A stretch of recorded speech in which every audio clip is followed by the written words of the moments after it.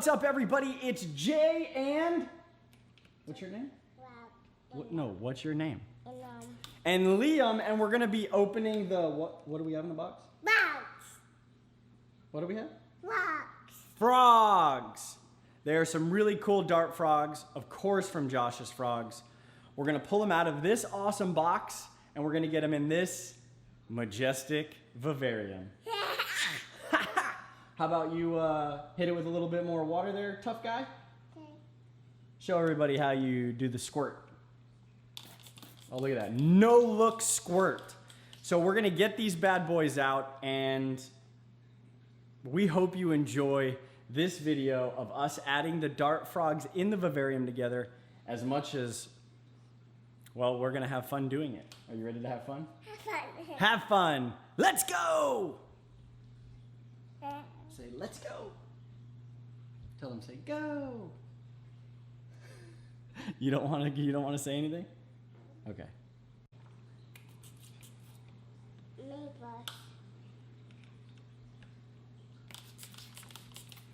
What are you doing? In the box.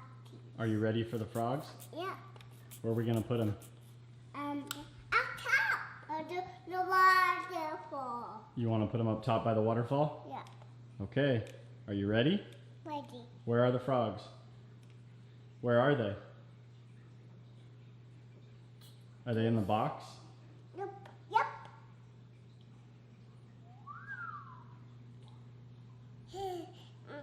Daddy, get him.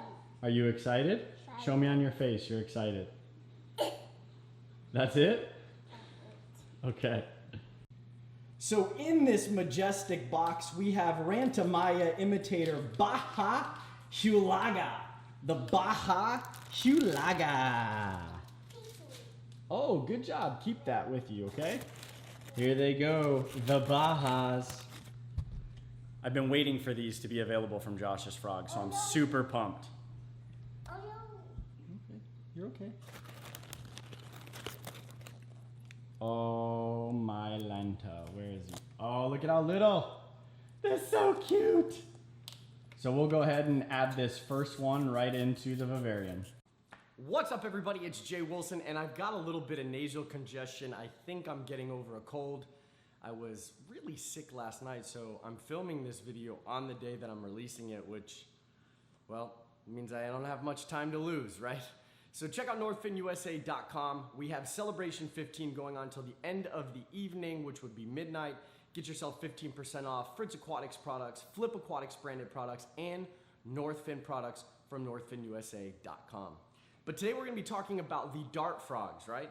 Dart frog, but Jay, you do fish. Yeah, but dart frogs and vivariums are something ridiculously awesome, and I have to say that keeping them over the last 6 months or more has opened my mind to a lot of different things, hence why there's plants in the tank behind you.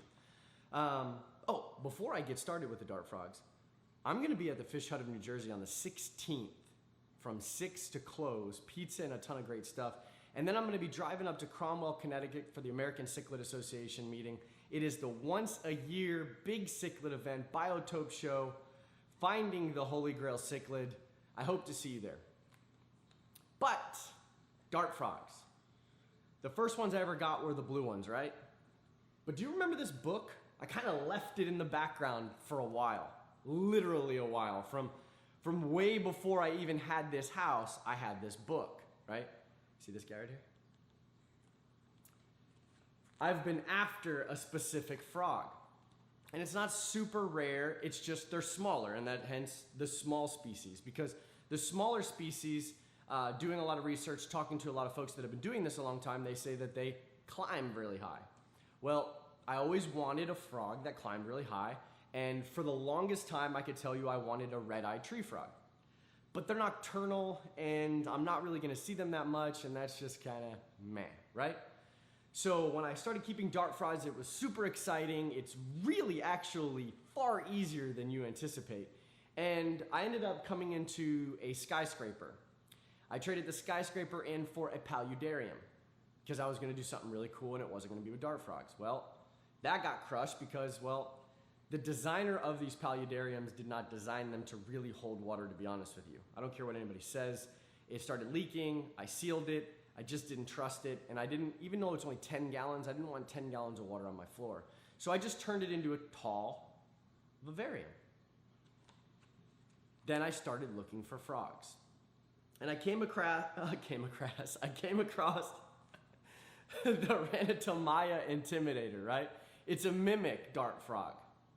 This is the Baja Hulaga.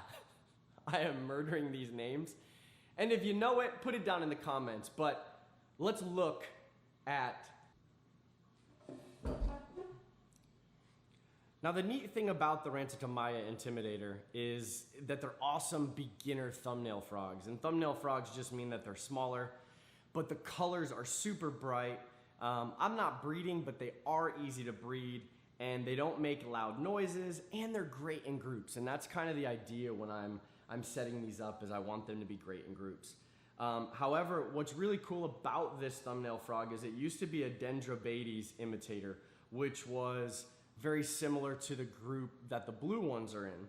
But due to its mimicry and thumbnail species, I don't know, it's a morph, so to speak. So when they moved it all over, this morph became the Baja Hulagas. They're small, super colorful, little, crazy, wild frogs.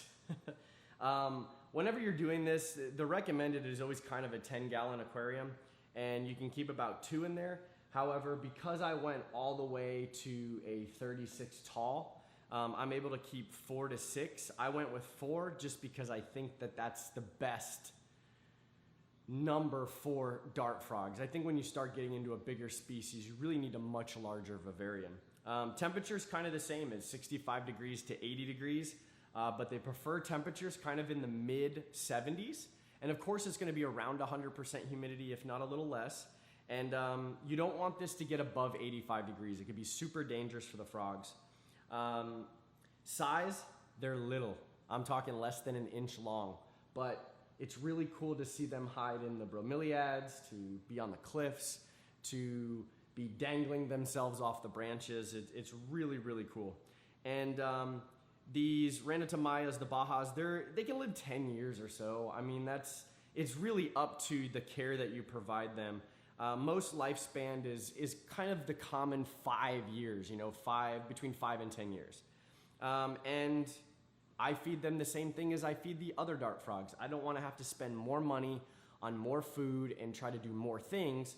So when I'm setting up vivariums, I want to set them up for a specific, you know, diet. So my other dart frogs are eating springtails that I'm raising myself, and wingless fruit flies. Now, the Bajas are they're a consistent pattern, so you're not going to get like some crazy morph. They're going to have some yellows, some bronzish, orangish, and they're really, really cool looking, which is why I went after them. And I think Josh's Frogs does a really good job at breeding these, and so that's why I went back to Josh's Frogs, utilized my own code, JAYW, to get 15% off. Yes, shameless plug, and yes. So, the Bajas are from Peru. They're a beautiful, super brightly colored, striking dart frog. You're gonna find them in the vivarium just like that. And with the range that they can move about in this vivarium, it's something to be in awe of. To have a piece of the rainforest in a room is far different than having a piece of a lake or an ocean in your home. Because what I find is it is way more natural in a vivarium than it is in an aquarium. And you can argue this time and time again where you're creating a biotope, but from what I'm seeing with a creation of a biotope here in Lake Tanganyika to creating a scaped planet, tetraciclid, geophagus, crazy tank, to having vivariums, I find that vivariums are far closer to nature than anything that we can put in a glass box, and I'm really excited about it. So I hope you enjoyed this video. I hope you enjoyed the Ranitomaya Hilago, Baja Hilago. I'm horrible with these names. All I know is it's the Ranitomaya Intimidator Baja Hilaga, and they're from Peru. I've been after them since I had that book. well over 2 years, and I finally got them. I'm super pumped, and I hope you are too.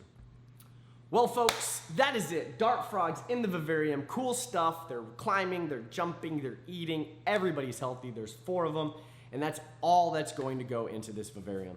I would like to give you a special little gem of a nugget. Don't mix dart frog species. If you're in the fish keeping hobby and you want to jump into vivariums, or you're just coming into vivariums with dart frogs right now, don't mix. It's not good for the species, it's not good for dart frogs, it's not good for the hobby, it's not good for anything. We can't ruin everything we touch, right? So let's keep the morphs the way they are, let's keep the live ones the way they are, and just be responsible, right? That's all. You know what's next. Holla! Independence Day's over, we're cruising into the summer, and all I ask is that you be truthful with yourself. That's it. Be truthful with yourself. If you don't feel good, take a rest. If you're out of shape, get into shape. If you want to make a change, make a change. But when it comes down to it, you have to be truthful with yourself. Are you comfortable? Are you confident? Are you self-aware? And are you the best you? And if you're not the best you, then you need to go after it. Right now, I'm not the best me. I don't feel good. I slept till noon today, and I still feel a little under the weather, but I've got to go back to bed so that I can feel my best in the morning because I have a job to do. So be the best you. And if you need help being the best you, there's so many people out there that are willing to help.